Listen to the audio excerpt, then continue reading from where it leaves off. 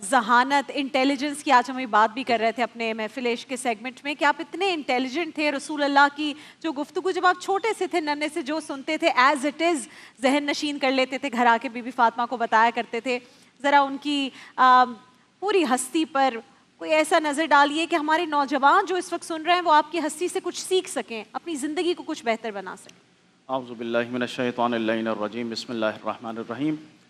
سب سے پہلے تو آپ لوگوں کو مبارکباد امام حسن مجتبیٰ علیہ الصلوۃ والسلام کی ولادت باسعادت کی، اور تمام عالم اسلام کو، تمام مسلمانوں کو امام حسن مجتبیٰ علیہ السلام کی ولادت باسعادت بہت مبارک ہو.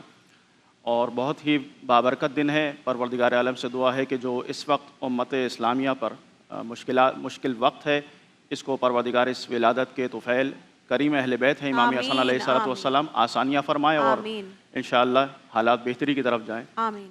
امام حسن مجتبیٰ علیہ الصلوۃ والسلام کے حوالے سے صحابہ اور خلفاء کی نگاہ میں ان کا مقام اور ان کی منزلت کیا ہے بیان کیا قبلہ نے، لیکن یہاں میں خدا کی نگاہ میں ان کا کیا مقام ہے یہ بیان کرنا چاہتا ہوں. یعنی ممکن ہے کہ حدیث کے اندر کوئی یہ اعتراض کرے کہ یہ صحیح ہے، صحیح السند ہے یا ضعیف ہے، لیکن قرآن مجید میں پروردگار عالم یہ فرما رہا ہے قُلْ لَا أَسْأَلُكُمْ عَلَيْهِ أَجْرًا إِلَّا الْمَوَدَّةَ فِي الْقُرْبَى. اے حبیب کہہ دیجئے کہ میں تم سے کوئی اجر رسالت طلب نہیں کرتا مگر یہ کہ میرے اقربا سے مودت رکھو.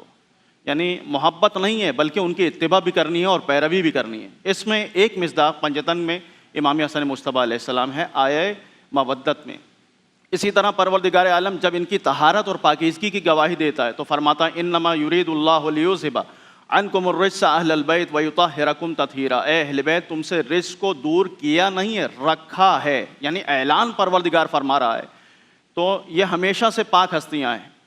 پھر اگر ہم دیکھیں قرآن مجید میں جب انہوں نے امام حسن امام حسین بیمار ہوئے اور 3 دن روزے رکھے، منت مانی مولا امیر المومنین نے اور جناب سیدہ نے، تو نہ صرف ماں باپ نے روزے رکھے بلکہ امام حسن امام حسین گھر کی کنیز جناب فضہ نے بھی روزے رکھے. اور پھر پروردگار عالم نے جب انہوں نے روزے کا وقت آیا اور تینوں دن جو اپنے کھانا ہے افطاری ہے وہ مسکین، یتیم اور اسیر کو عطا کر دی، تو پروردگار نے آیت کو نازل کیا وَيُطْعِمُونَ الطَّعَامَ عَلَىٰ حُبِّهِ مِسْكِينًا وَيَتِيمًا وَأَسِيرًا، کہ یہ وہ ہیں کہ جو اللہ کی خاطر کھلاتے ہیں اور اللہ کی رضا کو چاہتے ہیں.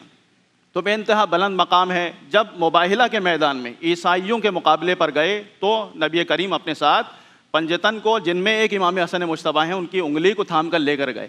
امام حسن کا مقام یہ ہے کہ جب عیسائیوں نے ان کو دیکھا تو عیسائی یہ کہنے پر مجبور ہو گئے کہ ان چہروں کو دیکھ رہے ہیں کہ اگر پہاڑوں کو یہ اشارہ کر دے پہاڑ کو تو پہاڑ اپنی جگہ کو چھوڑ دے گا. یعنی امام حسن مجتبیٰ کا مقام اتنا بلند ہے.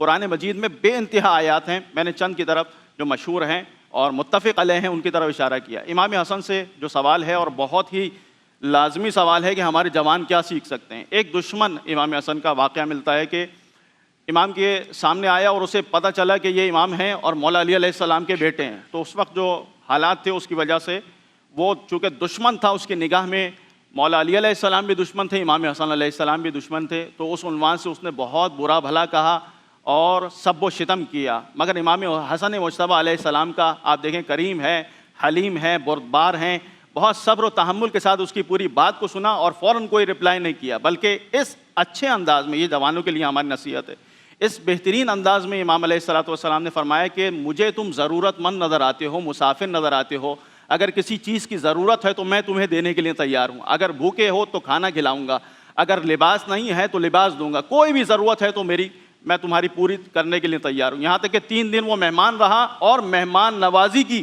اس کی جو دشمن تھا.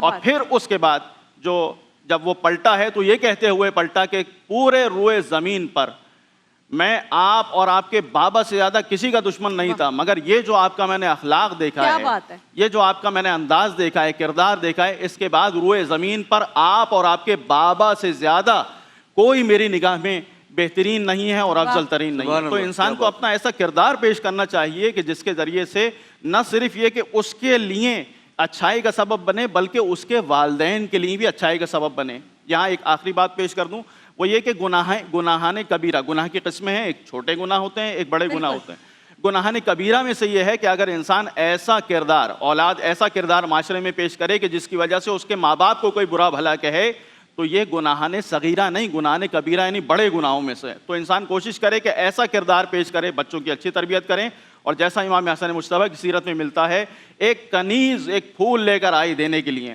تو امام حسن مجتبیٰ علیہ الصلوۃ والسلام نے کہا کہ یہ کیا ہے؟ کہا یہ گلدستہ ہے، محبت میں آپ کو پیش کر رہی ہوں. تو امام علیہ الصلوۃ والسلام نے فرمایا کہ اب بدلے میں تمہیں آزاد کرتا ہوں. کسی نے کہا کہ ایک کنیز ہے آپ کی، اس کو آپ نے خریدا ہے، اور اس زمانے میں بہرحال ایک سسٹم ہے. تو فرمایا کہ ایک پھول دینے پہ، سوال کیا کہ ایک پھول دینے پہ آپ نے اس کو آزاد کر دیا. فرمایا قرآن مجید کی آیت ہے، اذا حییتم بتحیۃ فحیوہ باحسن منہا. اگر تمہیں تمہارے ساتھ کوئی اچھائی کرتا ہے، کوئی ہدیہ دیتا ہے، تمہیں اس سے بہتر اسے دینا ہے. اس نے ایک پھول دیا، اس کے بدلے میں نے اسے آزادی سے بہتر کچھ نہیں پایا، اس کو آزاد کر دیا. کیا بات، کیا آداب ہے، کیا اخلاق ہے.